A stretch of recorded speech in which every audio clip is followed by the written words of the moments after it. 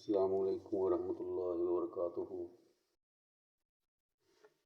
Asad clean کی جانب سے ڈاکٹر محمد فاروق عرض کر رہا ہوں۔ آج ایک اور نسخہ لے کے حاضر خدمت ہوں۔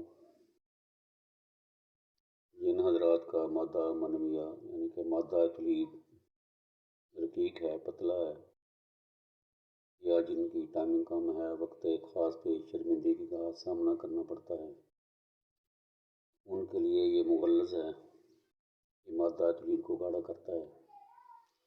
اس کا نوٹ فرما لیں۔ مغز حکم انگلش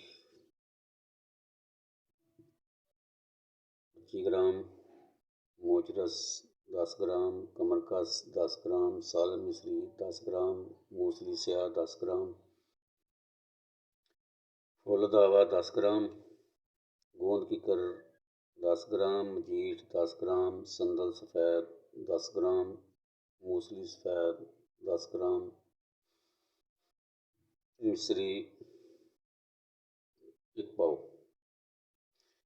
ان تمام اجزاء کو پیس کر سفوف بنا لیں اور کھانا کھانے کے 2 گھنٹے بعد 1 چمچ صبح 1 چمچ شام ہمراہ دودھ استعمال کریں۔ انشاءاللہ تعالی جو امراض میں نے بیان کیے ہیں ان سے چھٹکارا حاصل ہوگا اور شفا ہوگی۔